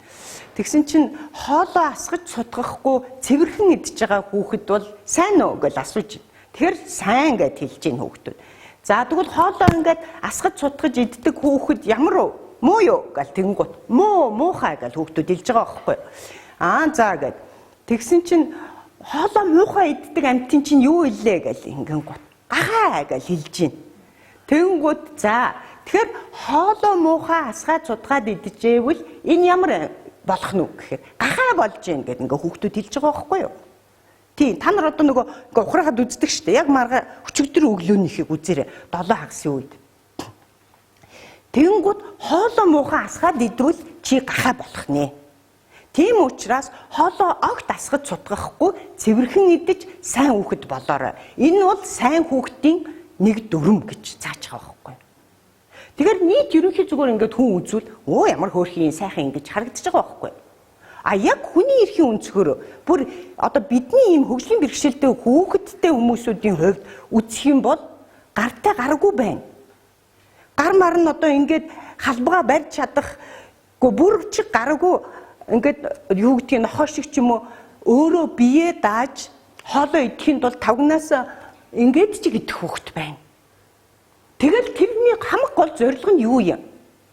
Өөрийгөө би өсгөхгүй тийм биз дээ. Заавал хин нэгэн миний ам руу хоол авчирч хийхгүй би өөрийгөө хинээс хамааралгүйгээр хүн байхгүй ч гэсэн би хоолоо идчих л байхгүй юу зорилго нь тийм биз дээ. Гэтэл асгаал ингээл би гахаа болчих юм байна. Нөгөө ангийнхан хүүхдүүд энэ хоолоо асгадаг энэ хүүхэд бол гахаа. Тэгэхээр хөгжлийн бэрхшээлтэй хүүхэд бол гахаа болж таарлаа. Нөгөө саажилт маажилттай хөдөлгөөнөө удирдах чадахгүй хүүхэд яах юм? Тэгвэл би гахаа болохгүй тулд эсвэл би заавал хүнээр идүүлнэ гэдэг ийм юм болох нь байна шүү дээ. Тэгэхээр жишээ нь ингээд олон нийтийн телевиз маань ийм юм явуулахаар тийм биз дээ. Тэгэхээр энэ бол би бас өчигдрөөс ахуулаад нэлээд эдийн зүйл дээр ярьж байна. Өнөөдөр ч гэсэн бүр хэлмээр санагдлаа. Тийм болохоор энэ олон нийтийн мэдээллийн хэрэгслэр бол зайлшгүй энэ хүүхдэд зориулсан энэ нэвтрүүлгийг бас олон нийт рүү ч гэсэн хүргэж байгаа тэр хөгжлийн бэрхшээлийн талаарх юм уу ер нь нийт тэр хүний эрхэд суурилсан байдалтай мэдээлэл юмыг цацдаг болохгүй бол бас их буруу. Тэр нь тэгээд сайн хүүхэд хөтөлбөр гэсэн байна. Тэгэхээр энэ бол бас тэр боловсролын яамнаас эдэр хэрэгжиж байгаа бас тэ энэ хөтөлбөрийн хүрээнд бол бас ингэж заавал бас их надад их хэмжиглэлтэй санагдсан. За баярлалаа. Тэгээд за манай ихтгэл маань болохоор ихтгэлийн багт маань 108 хүүхэд оролцож ихтгэл бичсэн бол судалгаанд маань 3110 хүүхэд оролцож энэхүү ихтгэл маань бүтсэн байгаа. Тэгээд зүүн бүсээс Дорнод аймаг, Төвийн бүсээс Өвөр хангай аймаг, Говийн бүсээс Дунд Говь аймаг, баруун бүсээс Ховд аймаг аймгийн тэгээд нийслэлээс Улаанбаатар Улаанбаатар хотын хүүхдүүд бид нар энэхүү ихтгэлийг бичгээд өөрсдөө нэмрээ оруулсан. За ихтгэл маань болохоор 5 хэсгээс бүрдэж байгаа. 5 бүлэг сэдвээс энэ 5 иргэний эрх чөлөө, гэр бүлийн орчинд хасран хамгаалал, эрүүл мэнд, нийгмийн халамж, боловсрол, чөлөө цаг, соёлын арга хэмжээ, хүүхдийн хөдөлмөр гэсэн 5 бүлэгт хуваагдаад тавууланд нь нийт 40 асуудлыг тусгаж өгсөн байгаа. За энэхүү ихтгэлийн маань онцлог гэх юм бол бид нар асуудалтайгаа хамт шийдвэрлэх арга замыг дурдж өгснөөрөө бас онцлогтой. За иргэний эрх чөлөөн дээр хамгийн ихний асуудал юу байсан бэ гэхээр энд болохоор бид нар бас хамгийн хөдөө орон нутгуудын хүүхдүүдээс хамгийн чухал гэж үзсэн асуудлуудыг болоод дээрэс нь олон давхардсан асуудлуудыг энэ дээр тусгаж өгсөн байгаа. Яг иргэний эрх чөлөө бүлэг сэдвээр маань 12 асуудлыг 10 шийдэлтэйгээр тусгаж өгсөн байгаа юм. За ингээд хамгийн ихний асуудал иргэний эрхийн асуудлаар хандах газар байхгүй байна гэж. Тэгэхээр хүүхдүүд бид нар нэг тийм нийтлэг ойлголт байдаг. Хэрвээ бидний эрх зөрчигдөжээвэл бид нар цагдаагийн байгууллагад хандах ёстой л гэж үздэг. Энэ нь болохоор эргээд бид нар гэмт хэрэгт холбогдсон, гэмт хэргийн хохирож болсон тохиолдолд цагдаагийн байгууллагатай холбогддог. Тиймээс бид нэр хүүхдийн эрхийн зөрчлөө урьдчилан сэргийлэхийн тулд хэрвээ зөрчигдсөн эрхийг хамгаалуулахын тулд хаана хинт хизээ яаж хандах нь ямар ч тодорхойгүй байсаар агаад бид их эмзэглсэн. Дараагийн асуудал бол хүүхдүүд эрхээ мэдэхгүй байна гэж. Хүүхдийн эрхийн конвенцэд Монгол бас нэгдэж ороод 25-26 жилийн хугацаа өнгөрч байна. Бид нар олон жилийн өмнө болохоор хүүхдийн эрхийн та нар ийм эрхтэй шүү гэдгийг мэдээлэл радио, телевизээр ингээд маш их гаргадаг байсан. Гэхдээ тэр үеийн хүүхдүүд болохоор одоо маш том болоод одоо үеийн хүүхдүүдэд энэ эрхийг нь талаарх ойлголтыг өгч чадахгүй байна. Бид нэр эрхээ мэдгүйгээс болоод эргээд энэ эрхийнхаа одоо зөрчигдөж байна гэдгийг шаардах чадваргүй байна гэж үзсэн учраас энэ асуудлыг оруулсан.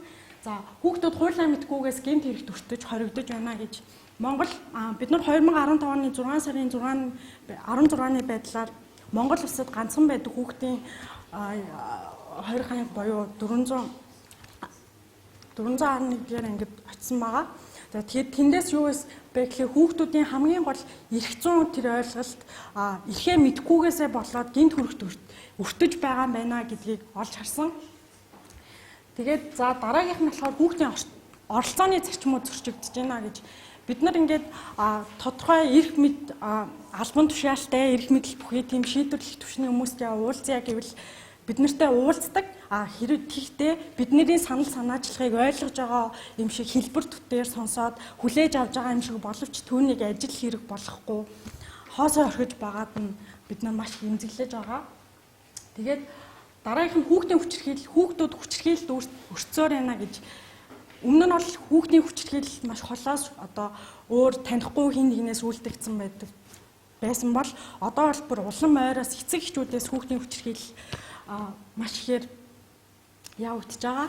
Тэгээд за хөгжлийн бэрхшээлтэй хүүхдүүдийг ялгарлаж байна гэдгийг дараа ярих болно.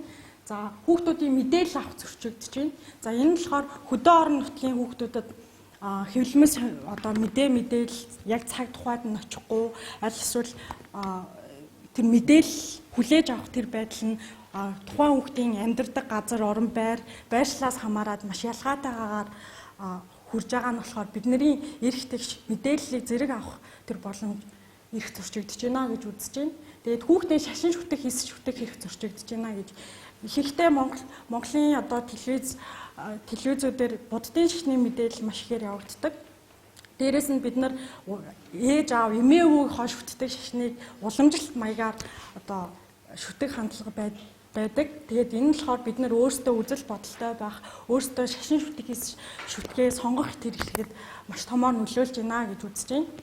Гэр бүл гэдэг маань өөрөө хүүхдийн хамгийн түрүүнд одоо бий болж өсч тариндаг орчин. Тийм учраас гэр бүл хүүхдийн эрхийг хамгийн томоор хамгаалах ёстой гэж үзсэн. За энэ дээр болохоор эцэгчүүдийн ажилгүйдэл мөн эцэг болох бэлтгэл хангалтгүй байдал, гэр бүл салт мөн архитект гэдэг нэг зүйл нэмэгдэж байгаа. Эцэгчүүд маань одоо хүүхдтэйгээ ойлголцдоггүй байдал, гэр бүлийн салт, ялангуяа гэр бүлийн салтан дээр эцэг хоёр салсан байдалд хүүхд өөрийгөө илүүтэй одоо буруутгадаг. Энэ мэтчлэн байдлуудаас олж одоо хүүхдийн эрхэд ээлтэй орчин өгүүлэгдэж эцэгчүүд маань одоо хамгийн хүүхдийг хамгаалах ёстой эцэгчүүд маань өөрсдөө хүүхдэд өөрсдөө мэдэж мэдэхгүй байлаар бас хүүхдийг хүчрхийлж байгаа одоо үл тоож байгаа хүүхдтэйгээ ярилцахгүй хүүхдээ ойлгохгүй байх тохиолдлууд байж байгаа.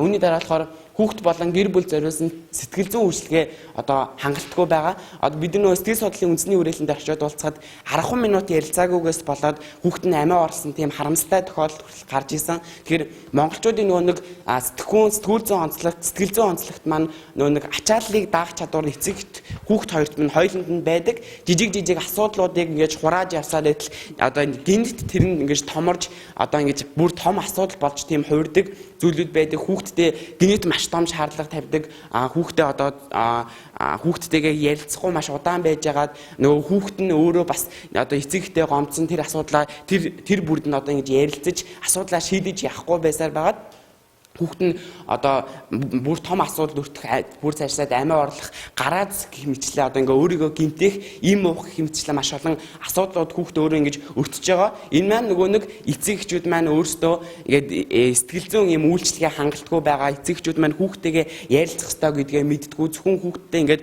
хувцас авч өгөөд орон байрыг нь бэлдээд тэгээд хоолыг одоо ингэж бэлдэх ёстой гэсэн тийм эцэг нэг юм үүрэг ерөнхий ойлголттой юм шиг нөгөө хүүхдэд хайрлаж халамжлах ярилцах хүүхдтэйгээ одоо өөрийгөө ойлгуулах хүүхд нь ямар нэгэн асуудал тулгарсан бүрд надтай ингээ ярилцаарай гэсэн тийм ойлголт нь байдаггүй. Хүүхд нь зөвхөн найзтай итгэх цаашлаад нөгөө нэг буруу хүнд итгэж ямар нэгэн асуудалд өөрөө өртөх. Тэгээд нөгөө нэг одоо ямар ч тохиолдолд хүүхд гэр бүлүүгээ ингэж очиж ярилцах хэрэгтэй байтал гэр бүлдээ ярилцахгүй болохоор өөрөө том асуудал юм өртөх юм аюултай байна гэж үзэж байгаа. Мөн хүүхэд төрүүлэхийн тулд авилгал өгдөг бас нэг асуудал. Хүүхэд төрөхдөө л нөгөө имлэгт авилгал өгдөг, эмчт нь гарын бэлэг гэдэг нэг зүгээр нэрийдлэр маш хэмжээний авилгал өгдөг байдлаас хүүхдүүд маань өөрөө төрөхдөө энэ нэг авилгалтай ингэж одоо хүүхдийн эрхээ зөрчүүлж ингэж одоо орчлоо ороод мэдлж байгаа нэг юм харамсалтай асуудал байгаа. Мөн осол гинтл өвчнөөс урьдсан сэргийлэх талаар мэдлэг, эрүүл мэндийн боловсрол хангалтгүй, эцгийн анхаарал хариуцлага гэдэг нэг зүйл байгаа. Эцгийн хариуцлага гэдэг зүйл бид нар нөгөө нэг 10 жил байхад бидэрт одоо ингэж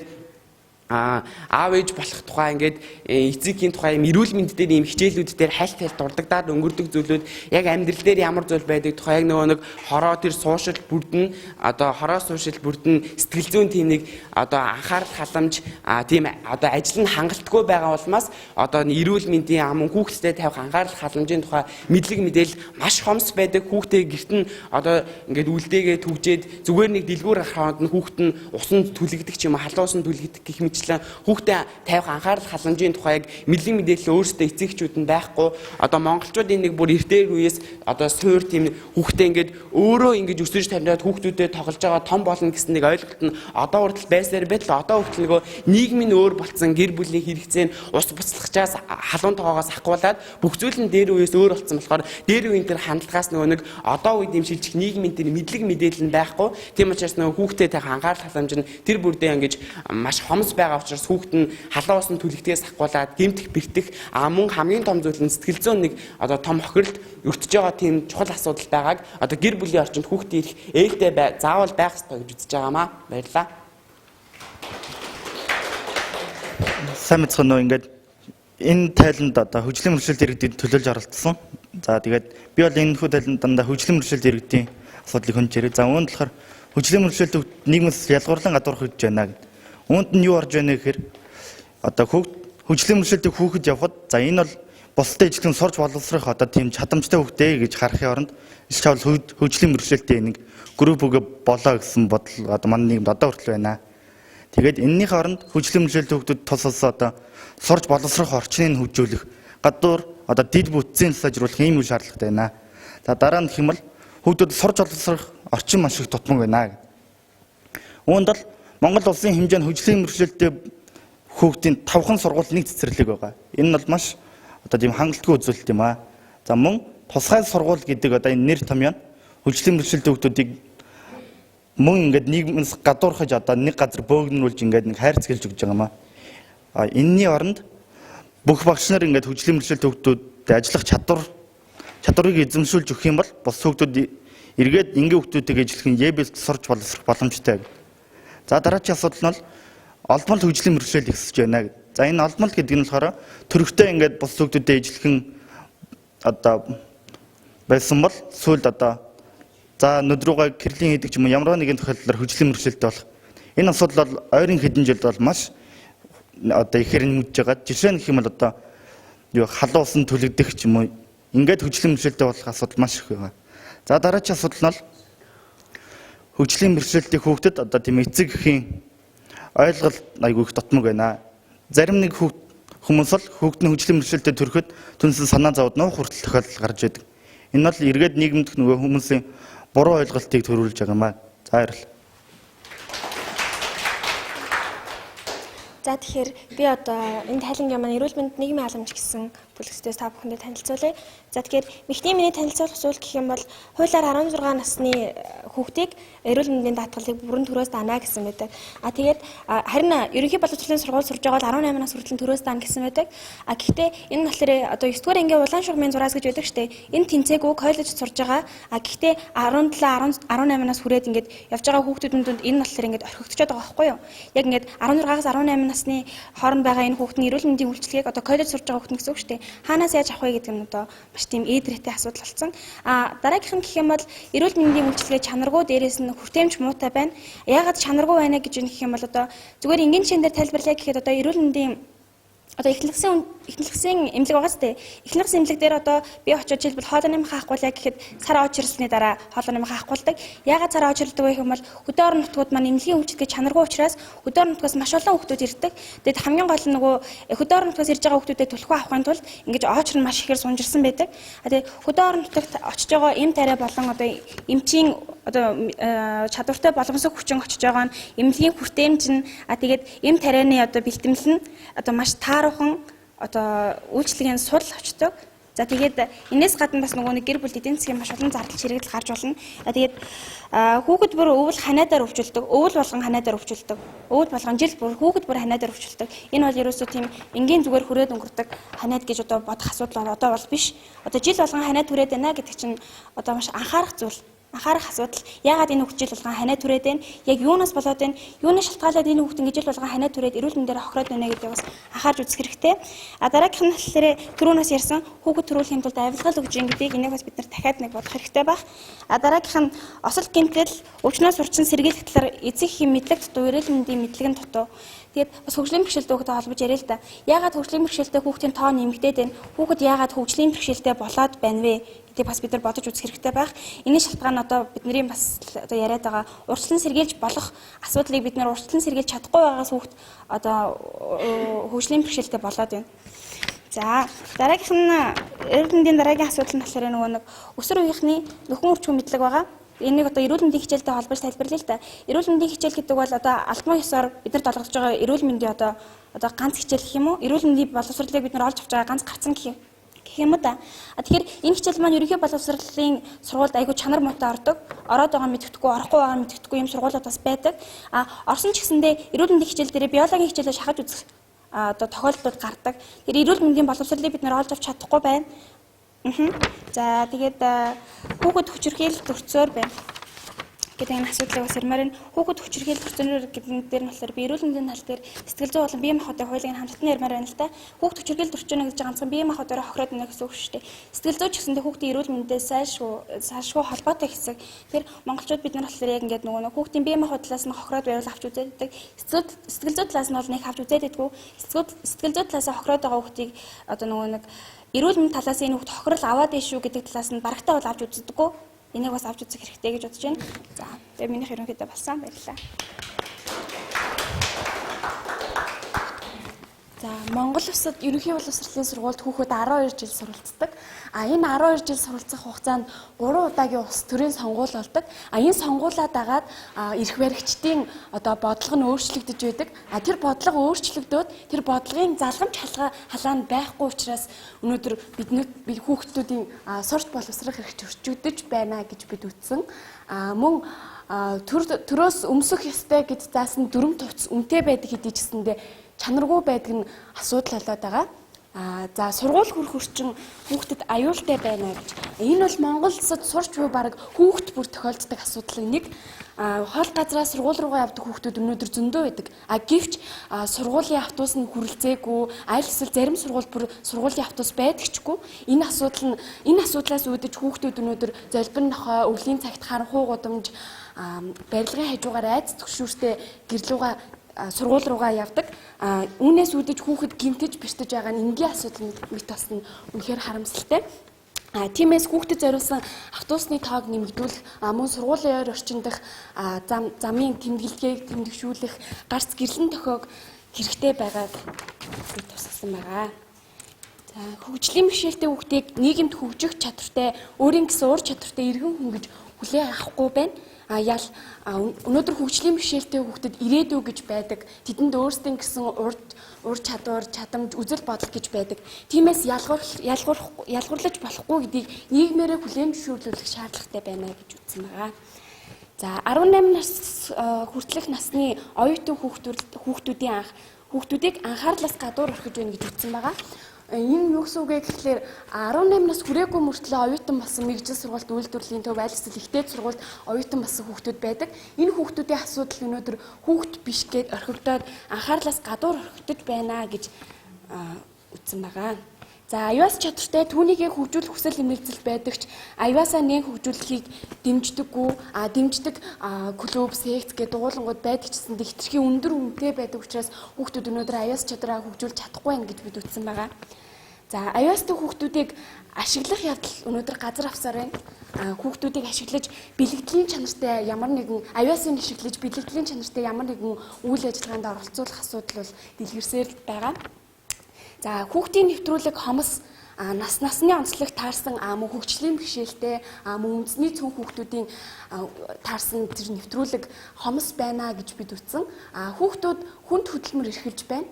Төвчшгүй хөдөлмөр эрхэлж байгаа өнөөдөр Монгол улсад хүүхдийн хөдөлмөрийг шударгаар үнэлэхгүй байна. Өнөөдөр хүүхэд том хүнтэй ижилхэн хэмжээний ачаалттай ажил хийсэн гэлээхтэй гэсэндээ том хүн нь илүү цалин аваад хүүхэд нь бага цалин авч явах жишээтэй гэх мэтчлэн хүүхдийн хөдөлмөрийг шударгаар үнэлэхгүй байна гэж үзсэн.